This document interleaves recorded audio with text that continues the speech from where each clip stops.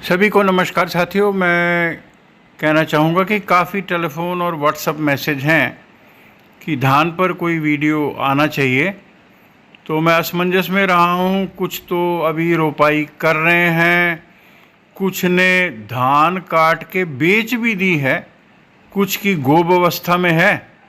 तो समझ नहीं आ रहा था कि किस विषय पे मैं वीडियो करूं, मगर हाल ही में भारतीय कृषि अनुसंधान संस्थान नई दिल्ली से एक बहुत ही इम्पोर्टेंट वीडियो आया है और डॉक्टर विष्णु माया जी, जो प्रधान वैज्ञानिक और विशेषज्ञ हैं धान की बीमारियों के, उन्होंने बताया कि इस समय में कौन कौन सी बीमारियां विभिन्न स्टेजेस में, अवस्थाओं में जो धान लगी है वो आ सकती हैं और उनका निदान आप किस प्रकार से करेंगे। आइए सुनते हैं। धान में रोगों से लगभग 12 से 13% का नुकसान हो सकता है। इस समय जो रोग धान में प्रमुख रूप से आ रहे हैं उसमें बकाने, sheath blight, blast, bacterial blight प्रमुख है।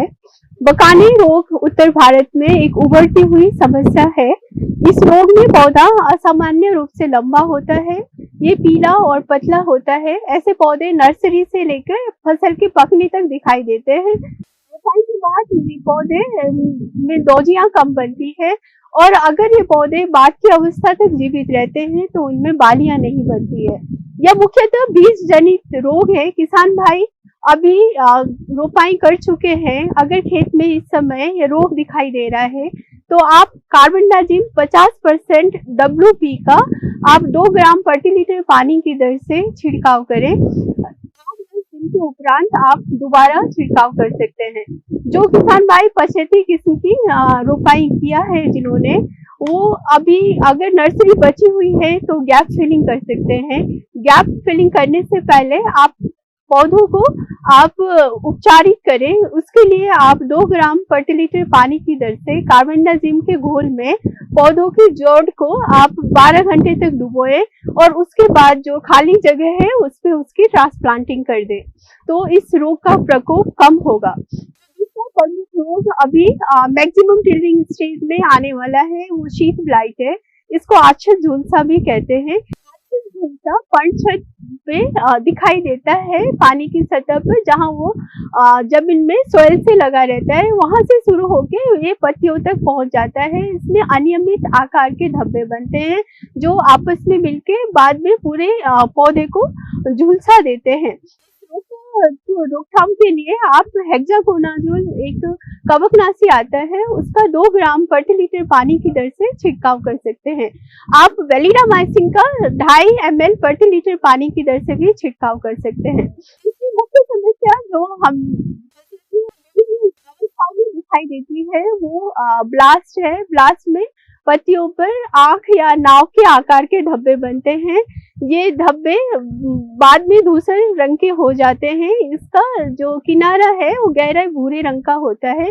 बाद की अवस्था में नोडल ब्लास्ट और पेनिकल ब्लाइट या गर्दन तोड़ के रूप में भी यह रोग दिखाई देता है। अगर खेत में ब्लास्ट रोग के लक्षण दिखाई देते हैं तो आप एक कवकनाशी है, टेब्यूकोनाजोल और ट्राइफ्लॉक्सिस्ट्रोबिन का मिक्सर है, उसका 1 ग्राम प्रति लीटर पानी से की दर से आप छिड़काव करें। रोग जो अभी आने की संभावना है वो बैक्टीरियल ब्लाइट या जीवाणु झुलसा भी कहते हैं। इस रोग में पत्तियों के सिरे से नीचे की ओर लहरदार धब्बे बनते हैं। ये धब्बे पीले रंग के होते हैं और ये नीचे की ओर बढ़ते हैं, बाद में पूरे पौधों को झुलसा देते हैं। अगर आपको खेत में इसके लक्षण दिखाई देते हैं तो आप स्टेप्ट्रोसाइक्लिन का 6 ग्राम का 20 लीटर पानी में घोल बनाकर आप इसको छिड़काव करें। 1 हफ्ते के बाद आप कॉपर ऑक्सीक्लोराइड का 2.5 ग्राम प्रति लीटर पानी की दर से छिड़काव कर सकते हैं, जिससे इस समस्या में आपको समाधान मिल जाएगा। ध्यान रखें कि खेत में आप निगरानी करते रहें। खेत में 1-2 पौधों में अगर आपको रोग दिखाई देता है तो घबराने की जरूरत नहीं है। जब तक कोई बीमारी आर्थिक दहलीज स्तर पर नहीं पहुंचती है तब तक कवकनाशी का छिड़काव करने की जरूरत नहीं है। जब आपको लगे कि अब जरूरत पड़ रही है तो आप विशेषज्ञों की सलाह लेकर ही उचित मात्रा में आप कवकनाशी का छिड़काव करें। ऑर्गेनिक फार्मिंग कर रहे हैं वो ट्राइकोडर्मा, सुडोमोनास या पंचगव्य आदि का इस्तेमाल कर सकते हैं। खेत में अगर रोग दिखाई देता है तो आप नाइट्रोजन की टॉप ड्रेसिंग को बंद कर दें, खेत को खरपतवारों से मुक्त रखें और जब लक्षण दिखाई देने पर कवकनाशियों का सही मात्रा में उपयोग करें। किसान भाइयों, मैं उम्मीद करता हूँ ये महत्वपूर्ण वीडियो सबके लिए है। इसको बार बार देखें और किसानों के साथ भी शेयर करें। नमस्कार।